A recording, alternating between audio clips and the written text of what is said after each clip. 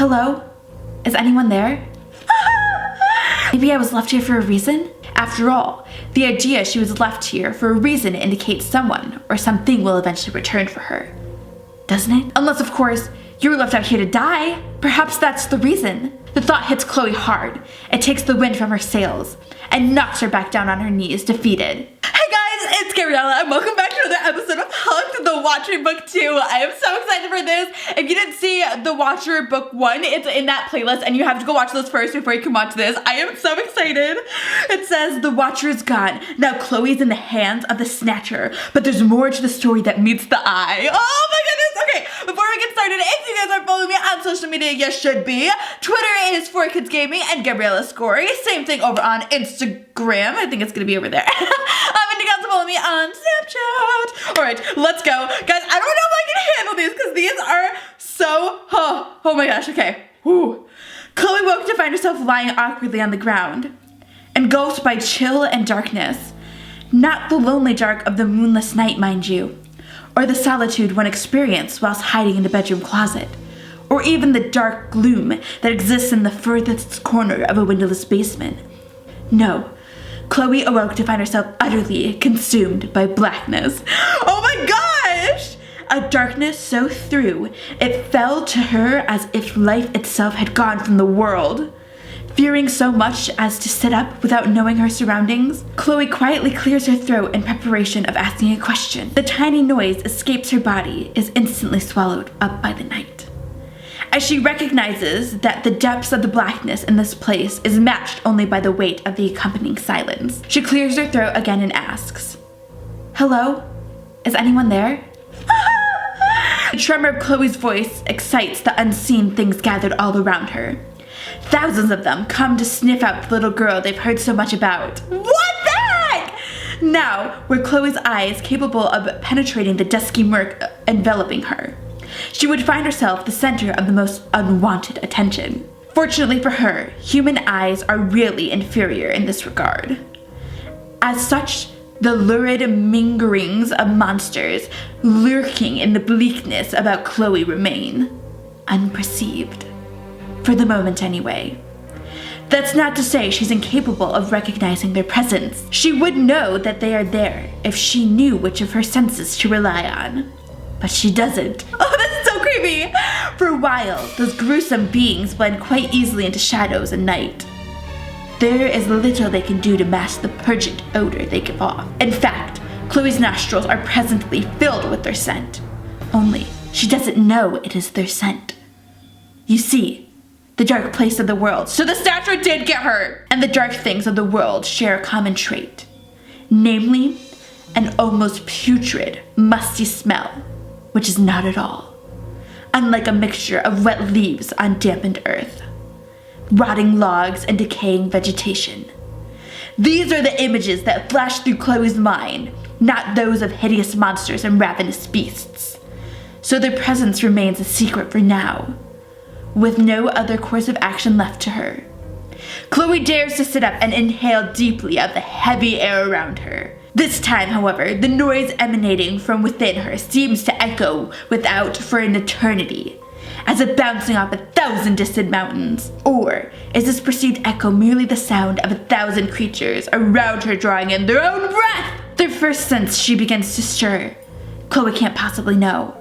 But the fact does not prevent the queasiness in her stomach from becoming more, well, queasy, I suppose. In either case, her brain recognizes the scent around her as, "The forest? Am I in the woods?"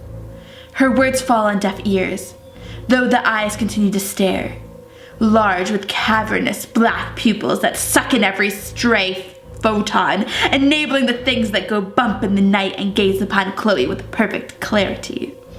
They watch unmoving as she rolls onto her knees and runs her hands over the mossy carpet covering the ground beneath her.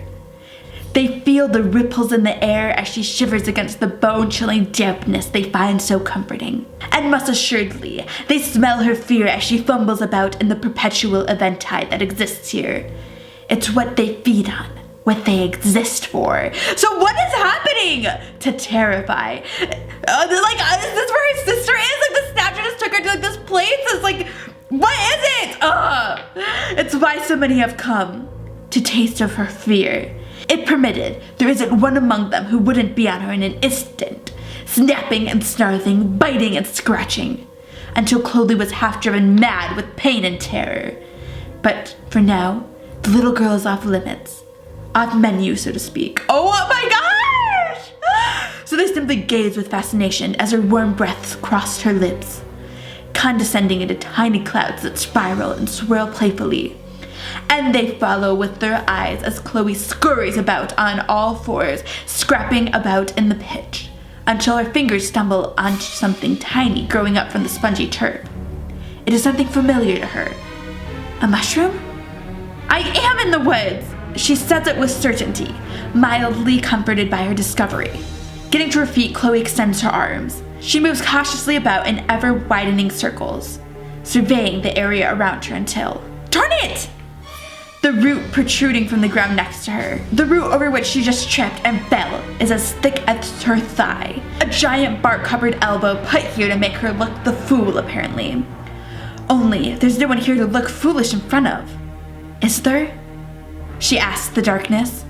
Not waiting for a response, Chloe rubs her skinned knees, gets back on her feet, and gives the offending root a blind kick. The ancient tree from which this clunky appendage grows must be enormous. Chloe's instinct is to follow the root to find the trunk. If she can find the trunk, perhaps she will climb up in the morning and plot a way out of here. On the other hand, what happens if she's gone when the snatcher, or whoever jumped her here, returns to collect her? Would it be such a bad thing? Chloe wonders aloud, but she has no idea. What she does not know is that she didn't get here on her own. Something left her in this clearing. At least, she assumes she's in the clearing based on the circle she walked before falling on her face. Maybe I was left here for a reason? Chloe has no fear of speaking these words aloud. After all, the idea she was left here for a reason indicates someone or something will eventually return for her. Doesn't it? Unless, of course, you were left out here to die. Perhaps that's the reason. The thought hits Chloe hard. It takes the wind from her sails and knocks her back down on her knees, defeated. Maybe it's for the best.